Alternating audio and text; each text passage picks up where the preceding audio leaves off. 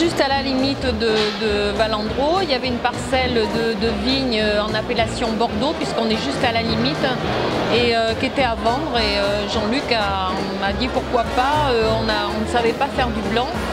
Et premier millésime Valandro blanc, c'est 2003.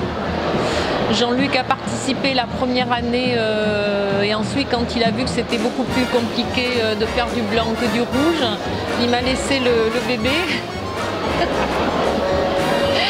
Et voilà, donc je m'entoure d'un œnologue grec pour faire ce vin et faire un vin un peu atypique Bordeaux qui ressemble plus à un Bourgogne qu'à un Bordeaux.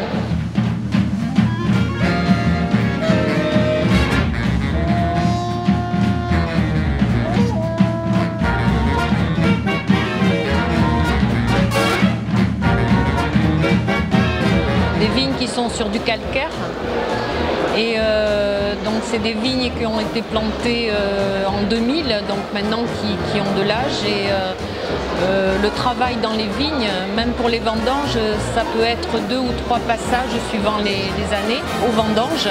Hein, donc le tri est fait dans les vignes. Donc ces raisins sont mis dans des cagettes qui sont superposées, qui vont en chambre froide. Déjà on ramasse le raisin tôt le matin à la fraîcheur, pas à la chaleur. Et donc ces cagettes passent une nuit en chambre froide. On fait descendre le raisin aux alentours de 10 ou quelquefois 9, un peu plus bas, pour développer le côté aromatique du vin. Le lendemain, on fait des pressurages très très lents, tout en douceur, qui peuvent durer 10 heures. C'est pareil suivant les millésimes, jusqu'à quelquefois plus de 10 heures. Donc tout en douceur, ce qui permet de faire un vin très sophistiqué et voilà, sur des arômes exotiques et avec beaucoup de longueur.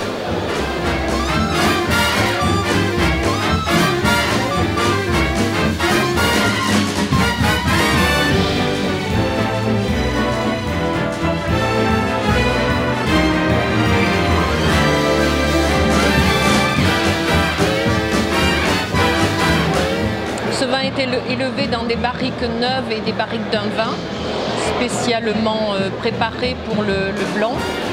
Donc on fait du bâtonnage.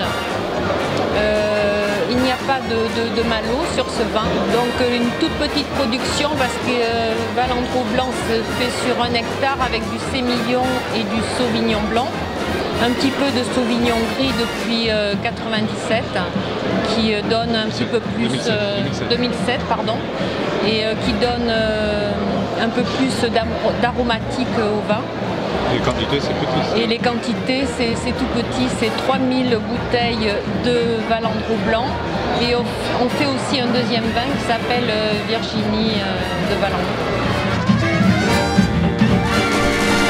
Alors voilà, Jean-Luc a créé Bad Boy et je dis moi je veux faire la Bad Girl. Alors au lieu que ça soit un rouge, c'est un crément sparkling. C'est du vin que l'on achète et ensuite on fait nos assemblages avec Jean-Luc. Donc voilà, la Bad Girl c'est une production de 20 000 bouteilles et voilà, je suis la Bad Girl.